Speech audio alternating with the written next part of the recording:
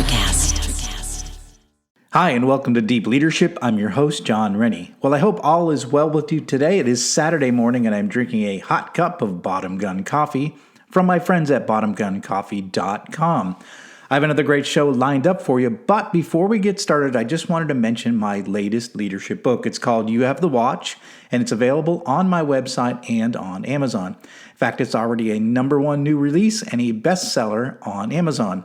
I'm really excited about this new book because it's not actually a book. It's a guided journal for leaders that will take you through an entire year of leadership training. There are 50 themes in the book, and each day you will reflect on a different facet of that theme.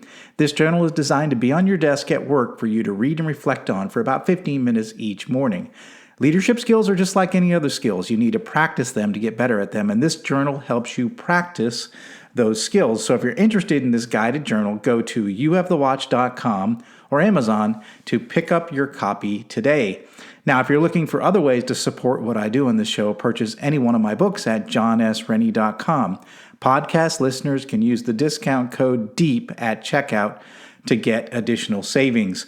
Well, that is it. Today, my guest is Kim Troy. Kim is the founder and CEO of Civilis Consulting, which advises leaders in fast-growing businesses. A lot of what she learned about teams and leadership was through her work with wildlife conservation organizations in Southern Africa. How do you lead a team when you're completely out of food and water? What do you do when an elephant herd is blocking your only route back to camp? This was a fascinating discussion about the realities of group dynamics in difficult situations. I know you're going to love this episode. So, are you ready to dive in? Let's get started.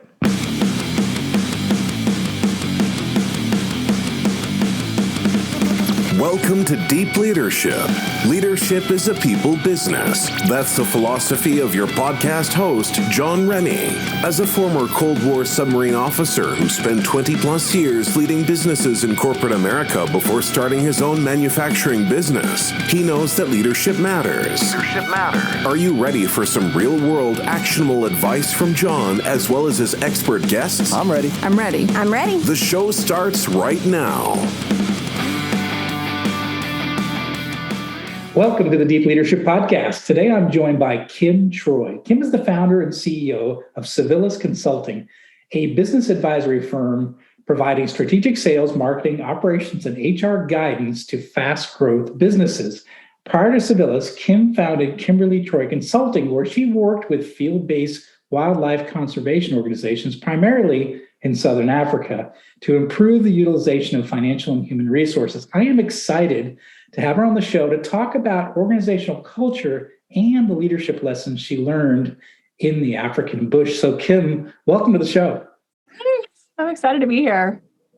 Yeah, I'm excited to have you. I mean, you're my first guest that has spent some time in Africa, and I think that's kind of neat to learn about. So, yeah, I was excited to have you coming on, especially talking about culture, too, because it's a big issue right now in this great resignation that we're going through. Culture is probably more important than ever. So, yeah, I was happy to get you on board and happy to get your expertise on this topic. So, Yeah. So, first of all, tell us about yourself. How did you end up going from in executive level positions in large companies to consulting wildlife conservation organizations in Southern Africa? So that seems a little bit of a switch in careers. Tell us a little bit. Very much. Yeah, it's a rather unconventional career path that I've had, but that's kind of my MO, actually. So I'll try to start at the beginning while being as brief as I can be. So, I started out my career in retail management. I graduated with a degree in business administration and psychology and had a particular interest in management and consumer behavior. And so that retail world was perfect for me, and I loved everything about it. I worked for a variety of large retailers and then finally settled at Limited Brands, which owns a wide variety, at the time in particular, owned a wide variety of the specialty stores in any given mall: Victoria's Secret, Lerner, Lane Bryant, Limited Stores, Express, Structure. I mean, the list, Abercrombie, the list goes on. So I had a really great experience there and a fabulous career. I was at Limited Brands for 15 years, which is a very long time to be in any one company, especially today. But even back then, it was a long time to be in that particular organization and that particular career. It's a high, kind of known for high burnout, and the expectations are extremely high, and you really don't succeed unless you prove yourself and have to do it season after season, year after year. So I loved that. I loved that environment. I am an overachiever, and any challenge that's sort of put before me, I tackle it with gusto. And if anybody says it can't be done, I'm the first person to stand up and say, well, let me figure out how to do that. Because I'm sure it can be done. We just haven't figured out how to do it. So that's kind of my underlying, thing, right? That's just how I behave. And so in that environment for 15 years, I held 7 different roles, different leadership roles. I had at various times I had responsibilities in the stores and sales management, multi-unit, geographically dispersed sales management roles. I came to our corporate office in Columbus to head up to head up a special projects, a team of special project leaders where we just did that. We tackled a variety of kind of organizational development projects. And then I led our human resources department. And then ultimately I created a new function, or led a newly created function, which was a store operations function. So I held a lot of different roles and really earned kind of a reputation as a if nobody else will do it, Kim will do it kind of thing. And I loved everything about it. I was, like I said, I was super successful, awards on the wall, lots of promotions, all of that. So that was my world. That was my career. That was my universe. And, I believed that was it. I mean, that I had, that I was achieving all of this fabulous success and having this amazing impact. And then for my husband's and my 10th anniversary, we took a trip to Zimbabwe on a walking safari. And for 3 weeks, we were immersed in the African Zimbabwe bush. There were just 2 other couples with us. So it was just a small group of 6. And we hiked through the most wild places on earth, among, elephants and leopards and lions and hyenas, and on foot or in canoe, which was a very immersive experience, to say the least, in that kind of environment. We had armed guides with us, so we were safe, but nonetheless, I mean, there were lots of very exciting, perspective building experiences that we had. When you spend that amount of time like that in a very, very wild place, and you learn a lot of things about the world and about yourself, and that you learn how vulnerable we are as a human species. We kind of go through our lives in most cases feeling like we're completely in control of everything, and we are sort of the masters of our universe. And when you go into an environment like that, you realize, oh, it's not, the world is not really like that. That we are, but a kind of a small speck, in this ecosystem that really is what the rest of the world really is like. So it was just this very interesting perspective building experience. And so came back, had my 3-week vacation, came back to my regular job, and had this really weird experience trying to fit back in to my regular life and feel like the work I was doing back in my career at the Limited was important, feeling like I was making a difference. And while I knew I had made huge differences, I had the awards on my wall to prove it. I knew that, I was making a difference for this company and for our customers. But, I started to question whether I was really having a greater, more meaningful impact. So it took me a while to kind of get back into the swing of things, and I did. And then because I'd been there for so long, I had got quite a bit of vacation time, accrued. And so I started taking my vacations and would go back to Africa, mostly Southern Africa is where I spent most of my time. So that first trip was to Zimbabwe. I took another trip or two back to Zimbabwe, but also to Botswana, Namibia, and South Africa. Those were kind of my go-to countries. And so started going back and volunteering at conservation organizations because I really wanted to understand more about what the people were doing there that were helping to preserve these most wild places and these very meaningful places that had such a profound effect on me. So wanted to really understand what that conservation work looked like, and so started volunteering at these organizations. And then would go back to my regular, my first world life, kind of have this weird dissonance going back and forth. And so, over the next few years, I actually tried to quit. I tried to resign from my role, and didn't know exactly what I wanted to do instead. I just felt like I wasn't finding meaning in my career anymore. I felt I had kind of done everything. I had accomplished a great deal. I was very well compensated. I was very highly thought of. I know that I had a lot of impact, like I said, on on our shareholders, on my customers, and on the people that I supervised. I mean, over those years, I had tremendous impact, I know, on thousands of associates. So I knew that my work was meaningful, but it just wasn't quite meaningful in the same ways that I had experienced in these very wild places. And so I eventually, on September 11th, 2001, is when that was sort of my moment. We all had moments, obviously, that day, and we all had things that kind of put life and put things into perspective.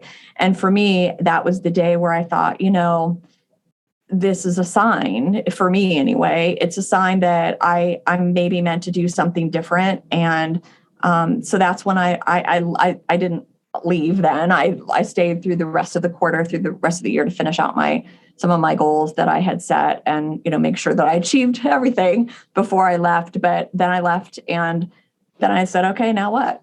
So I started working with the board leaders that were like the funding arms of these conservation organizations. And they would engage me to go over there to Africa and work in the field with these conservation organizations and help them build organizational capacity, help them utilize their resources, their people resources and their financial resources more effectively.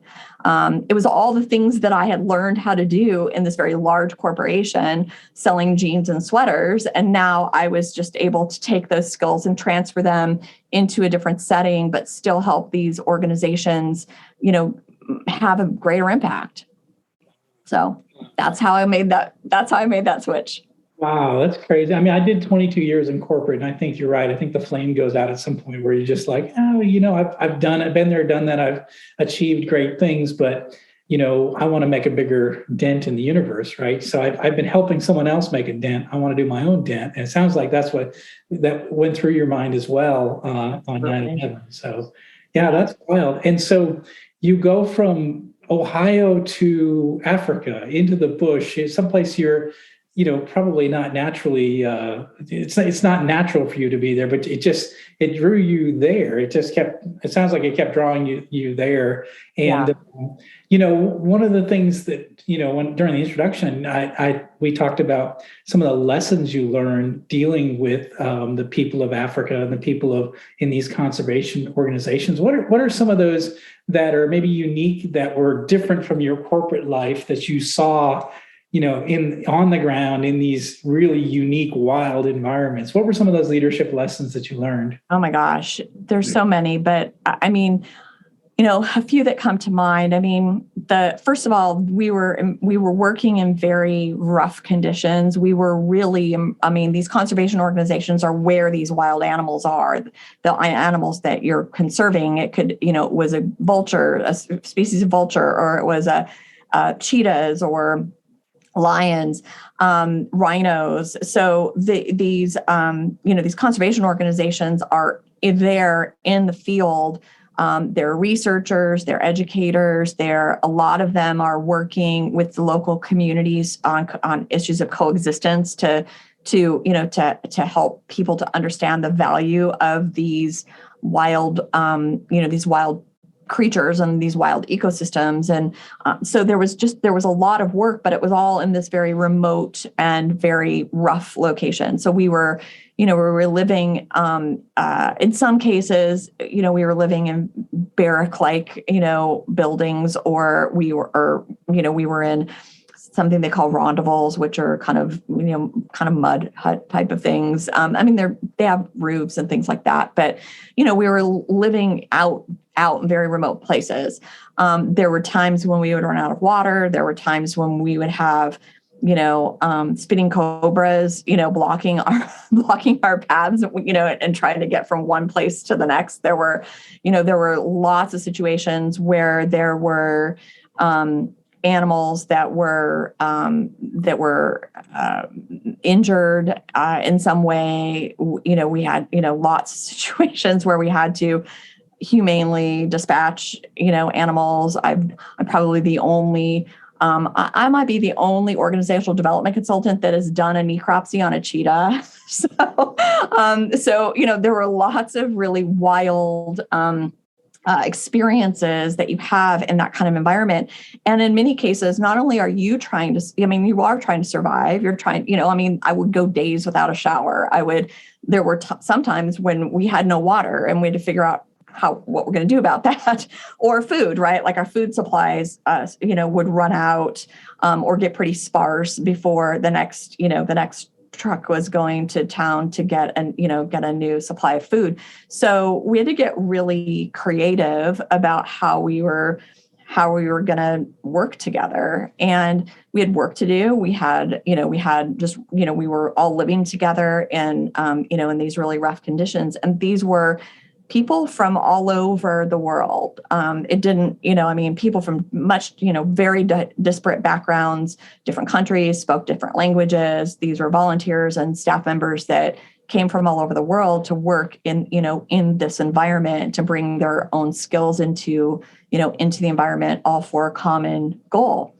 And so that was one of the first things that I learned, is that, when you have a truly diverse team, and diverse in every way, this was, right? Everybody had different skill sets, everybody had different perspectives, different backgrounds. Everybody has something fabulous and useful to offer. And it may not be what's in their job description. It may be, that somebody knows, like I said, how to do a necropsy, or somebody knows how to skin, an animal that we're going to use for that skin for a conservation or for an educational program that we're going to give, for the local school kids. And, that wasn't in somebody's job description to go, skin an aardwolf, but it had to happen. So it had to be done. So somebody's going to go do it. Right. So there's just something to be said about embracing diversity and really understanding the value of that diversity, and that everybody has a voice, everybody has something to offer, no matter what the situation is, no matter, what the goals are. So that was one of the first lessons that I learned. I think another one is that, like I said, every day we encountered some kind of adversity. Nothing ever went according to plan. There's not a day that, that everything went properly. Our vehicles would break down all the time, and or whatever, work permits didn't come through for people, or you name it. There was always some kind of adversity that we were experiencing. And what I learned is that you build that muscle, you build that resilience muscle when you're faced with circumstances like that, and you have to figure it out and you have to get through it. It's amazing how quickly you just kind of get into that flow. If you show up in an environment like that, with my, my type A personality, wanting everything to go exactly according to plan, and how, I've got a plan and everything, you're going to get thrown off that plan, probably within 30 minutes of, of your feet hitting the ground. And it's going to be that way for the rest of the time that you're there. And you couldn't survive. You could drive yourself crazy going, 3-4 months at a time in that environment. If you stayed rigid and stayed, trying to control your situation. There's so much that you can't control in an environment like that. And in many ways, you have to kind of give yourself over to the circumstances in order to survive and in order to be useful in that situation. So that's another big lesson that I learned. And I certainly take that back to my clients when we're talking about, we're all facing a lot of adversity right now in our businesses and just in our personal lives. And so that, having built that muscle, having gotten through those really adverse, difficult times, and proving to yourself, hey, I can figure this out. I can get through this. Every time you do that, you build that muscle a little bit stronger and stronger so that you become all the more unflappable the next time something unexpected comes along. We'll be right back after a quick word from our sponsors. Leadership skills are like any other skills. You need to practice them to get better at them. Best-selling leadership author John S. Rennie knows this. That's why he's written a new book called You Have the Watch. It's a guided journal for leaders designed to take you through an entire year of leadership training. By the end of the year, you will master 50 of the most important leadership skills. If you want to have a greater impact on the results and people in your organization, go to youhavethewatch.com and pick up your copy today. My experiences are nothing like yours. I've never been to the African bush. I've never had to live like that. But I did spend 2 years of my life under the ocean on a submarine. And as a crew on a submarine is very similar. There's a shared responsibility, and we had a shared vulnerability. So if we depended on each other to keep each other alive, right? So we all had different skill sets. But we were all important. Every single person in the organization was important for our success, and we all had different expertise, and we all came from all different parts of the country with all different backgrounds and all different religions and what have you. And we all came together and locked in a metal tube for 3 months at a time. But we had to take care of each other to be able to get, to carry out our mission and get home safely.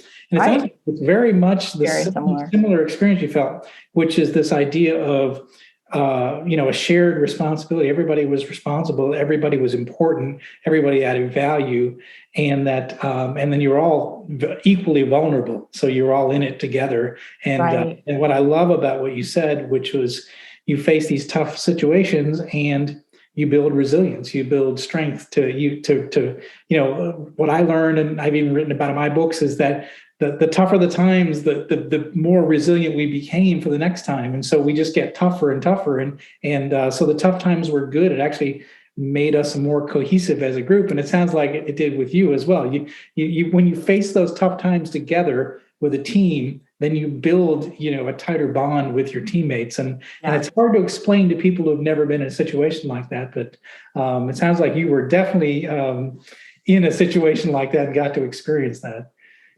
Yeah, definitely. And I'm sure you feel the same way.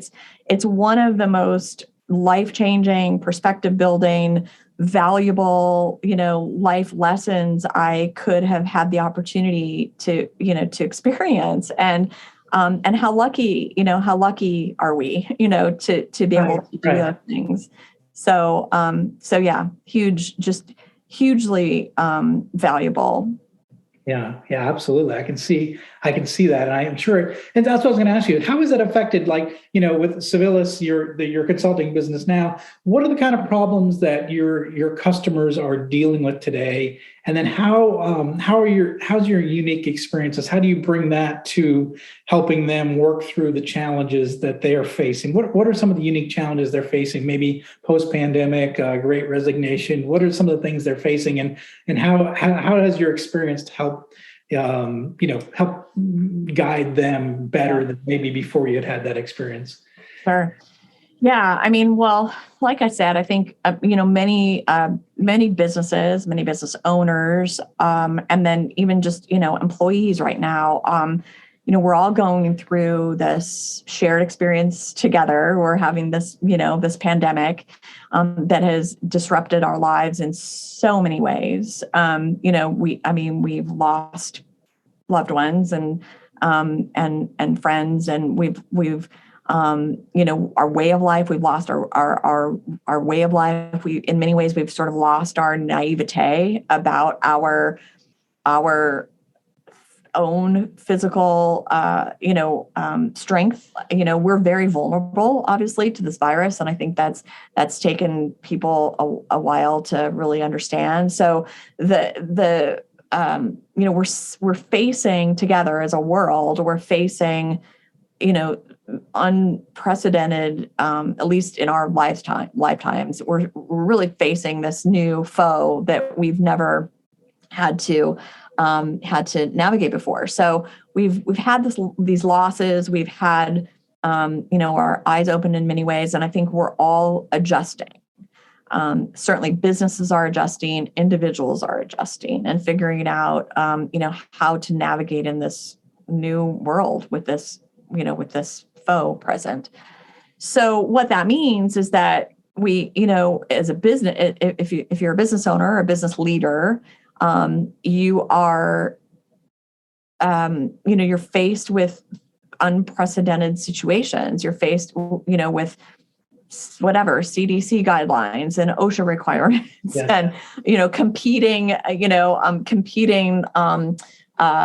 directives about how to run your business now, and how to benefit financially, or how to pay people. The list is endless, and so I think everybody is now trying to figure out how to navigate that. And so what we do is, first of all, we are this sort of voice of calm in the storm to say, hey, look, this is that you are surviving, that you are still in business is a good thing. That means that you're building these muscles. You're learning, you and your team are learning how to come together and how to face these difficult situations and come out stronger on the other end. It takes work. It takes some coordination, but that's what we're here to do. We're here to help you do that. So that's really, in a real general way, that's what we do. What we do more specifically, though, is we help them understand, among other things, culture, what their culture really is. And when I talk about company culture, I think a lot of people think, oh, we have a culture, we've got a great culture, or we've got great values, they're painted there on the wall. And that's not what your culture is. And so we spend a lot of time working with our clients to understand their why. Like, why does this business exist? What is it here to do? And why is it doing this? And in the end, when we go through those exercises and kind of explore that and get really super deep about it, we understand that the reason that this business exists isn't to make a widget. It's not to make a lot of money. We exist and we endure because we have some kind of far-reaching impact beyond what we may be selling today. And when we can get to that kernel is when we understand what our culture is, and then we can articulate it, then we can communicate it, then we can understand what behaviors embody that culture. We can hire for those behaviors. We can reinforce for those behaviors. We can start to all understand what our culture really is and what it really looks like, what it feels like, what it tastes like. And that is far more than what most companies think about when they talk about their culture. So that's how we help our clients.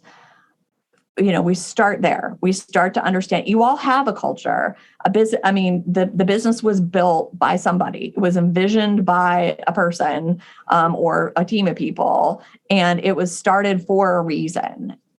It may lose its way along the way, or it may, kind of that message or that why might get a little bit, messy over the years, but we go through these exercises to really understand what it is that, that brought you here and got you here. And when we do that, that is then what we can build on. And that's what creates this really cohesive team, what gets everybody rallied around this greater impact. And that's how we help them. It's really interesting because it ties right back to your work in Africa, because and even my time on a submarine, the shared purpose was clear, right? When you talk about conservation organization, the shared purpose was clear, right? To make sure that you can conserve these wild spaces and these animals, right? With a submarine, the shared purpose was clear, right? Conduct the mission, protect the nation, get home safe, right? We all live that shared purpose. And I think sometimes, and you probably felt this in your corporate life, I certainly felt it, is sometimes we lose our way. Like, I don't really know what our shared purpose is. QA is doing this thing, engineering is doing this thing, production is doing this thing, sales doing this thing. I'm in the middle of somewhere. I'm a cog in the wheel. I don't really know what the shared purpose is. Yeah. And, people want to belong to organizations that are making a difference, and that they're impacting their world in a positive way, especially the younger employees. They want to feel like they're making a difference. They're saving animals. They're protecting the country, right? That's a shared purpose that they can get up in the morning and do. So I think it's really important that leaders define what is the shared purpose, what is our why? Why are we here? What is the shared purpose? It's not, just like you said, it's not the sign in the lobby. It's not the dusty binder in the bookshelf, but it's what are we living and how are we communicating that? I think it's really, really important. And I think as you talk about too, it's a competitive advantage, right? If you know your shared purpose and you have a group of employees living that shared purpose, it can be a competitive advantage, right?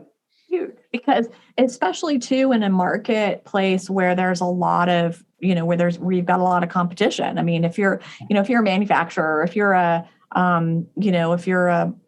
have one of my clients is a pest control company, right? I mean, they're exterminators. I mean, they're kind of a dime a dozen. There's hundreds of them in the phone book. So how do you stand out, right? Whether it's to attract customers or employees, how do you take a pest control company and talk about how they're having an impact? And, as an example, that's one of the things that we've done is we don't invent this for them. I mean, it's our job to kind of tease it out, right? I mean, it's already there. It's already at the core. It's our job to just kind of get it out and articulate it and get it, announce it to the world. But it's absolutely a competitive advantage when you're trying to hire people or attract customers. And when you've got a competitive advantage, guess what? You don't have to pay people, the most of, everybody in the market. You can pay them certainly a fair wage, but they're there for other reasons now. They're not there just to collect the paycheck. And guess what? They'll stay longer. They'll feel like they're part of something bigger. That's all worth something. You can, and you get to, charge customers more for that, for that extra fabulous thing that you're providing to them that your competitors aren't providing. So Yeah. Absolutely competitive And I advantage. think of the great example of that is Starbucks, right? So see, people think, well, Starbucks is a coffee company. Well, it's not. And their share purpose, I just looked it up because I wanted to remember, I couldn't remember it exactly, but it says our mission is to inspire and nurture the human spirit, one person, one cup, and one neighborhood at a time. That's their share purpose. That's why Starbucks is a unique and different place than your normal, Dunkin' Donuts coffee shop or a Tim Hortons or wherever else you go to get your coffee, right? It's a special place. It's the third place, right? It's home, it's business, it's Starbucks. It's the third place people can go. And the employees believe in that shared purpose of creating this nurturing the human spirit. And I think even an extermination company can have a shared vision, because if it wasn't for them, right, you'd have bugs running amok, right? We can't have that. So there's an important world purpose for even an extermination company, Yeah, I mean, we talk about that a lot. I mean, they make people's lives, happier and healthier. Yeah. I mean, at the end of the day, literally, that's what they do. They help babies sleep better at night. They help people feel, have peace of mind about their property, that, their home, that they invested everything that they have in their home. I mean, those are things that, when you tie, again, you're not just performing a service. You're not just, killing some bugs today. You're actually showing up and you're doing it. You're understanding that the person on the other end of the phone, when they call, the person on the other side of the door when you arrive, is in distress. And we're here to help you, take that stress away, take that, distress away, and help you literally sleep better tonight. So that's a very different point of view. And when that then starts to pervade how you position the company, again, to customers, how you position the company to employees, you hire differently, you look for different skill sets in those folks, you look for different, there's a whole part of, one of their values is empathy. And that, we look for people when we're hiring, individuals to bring onto the team. We're looking for people who are naturally empathetic, because they just have to understand that the person on the other side of the door is in distress. Yeah. Oh, I love it. It permeates. Once you have that shared purpose, then everything kind of revolves around that. How you hire, what you feel is important, how you reinforce your goals. It all revolves around that shared purpose. Are we doing what we say we're going to do? And I think the other end of it too, my first factory I ran at 32 years old, and my employees had no idea what we even made. They made widgets. They had no idea and so we taught them that what the work that we were doing was keeping the lights on. We made circuit breakers that kept the lights on. And once we defined that our job was to keep the lights on, there was almost like a sense of pride with everybody. Like, they would tell their families, because I tell them, like, hospitals rely on us, schools rely on us, shopping malls, supermarkets. And, suddenly they're like, oh, wow, I'm doing something really important. And it just changed their view of their jobs. And it wasn't just I plate a part, or I machine a part, or I lubricate a part.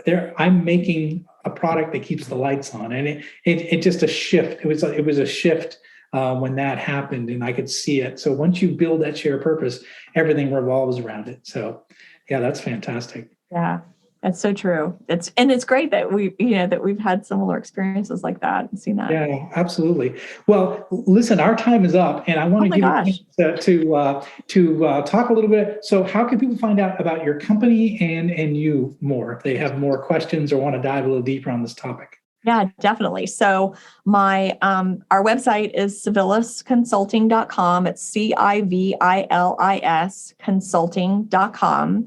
There's more information there. Of course, feel free to, there's contact information there, and feel free to reach out that way. You can also reach out to me on LinkedIn. If you just Google LinkedIn, Kim Troy, I'll come right up, and I'm easy to find there. And you can also find us on Facebook. Okay. Civilis Consulting. Okay, well, great. We're going to put links in the show notes for those resources. And again, Kim, this has been great. This has been exciting to have you come on here. And I didn't really expect that this conversation would revolve that we had very similar experiences, being on a submarine and being in the African bush don't seem common at all. But yet a lot of the lessons you learned are some things that I learned in my career as well. So Kim, I really appreciate you coming on and sharing your unique perspective. I loved it. Me too. Thank you. Well, thank you. Well, that's it for today. Thank you for listening to Deep Leadership. If you like this podcast, please subscribe and share so we can continue to build a world with better bosses. Until next time, this is John Rennie saying take care and lead well.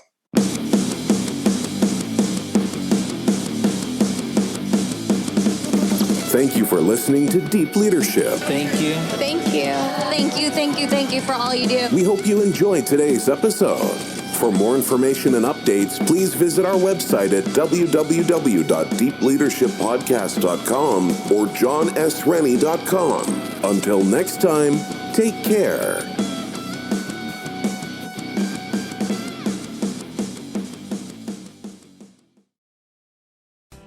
Hey, it's Tim from 50 Years of Music with 50-Year-Old White Guys, the comedy podcast you had no idea you needed.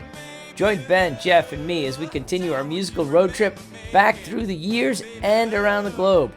See, just when you thought all white guys were like Joe Rogan, you come across 3 educators trying to remember when we were cool. 50 Years of Music with 50-Year-Old White Guys. Electricast.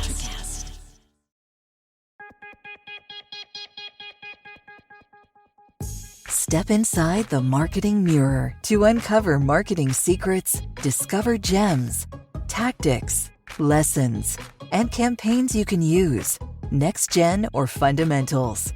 Grab the marketing magic to improve your marketing and win more business.